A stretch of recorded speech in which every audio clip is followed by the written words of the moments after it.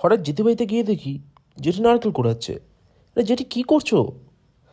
আরে আজকে মকর সংক্রান্তি, আচ্ছা আচ্ছা আমি ভুলেই গেছিলাম।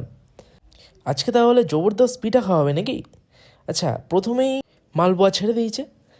মালপোয়া হচ্ছে এটা, একদম ঠিক ধরেছ, মালপোয়াই হচ্ছে। আর এদিকে যেটি বানাচ্ছে ভাপা পিঠে। তোমরাও তাড়াতাড়ি শিখে নাও, কিন্তু এই চান্স কিন্তু বারবার পাবে না।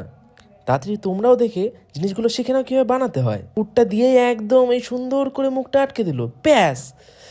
এবার কিছুক্ষণ ভাপ হবে, ভাপ হওয়ার পর ব্যাস হয়ে গেল। উফ, ধুয়ো ধুয়ো।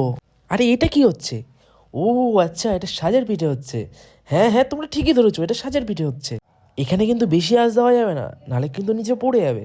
ব্যাস, এবার ঢাকা দিলেই সুন্দর হয়ে গেল কিছুক্ষণ। উফ, আমার তো দেখে এখনই খেতে ইচ্ছে করছে।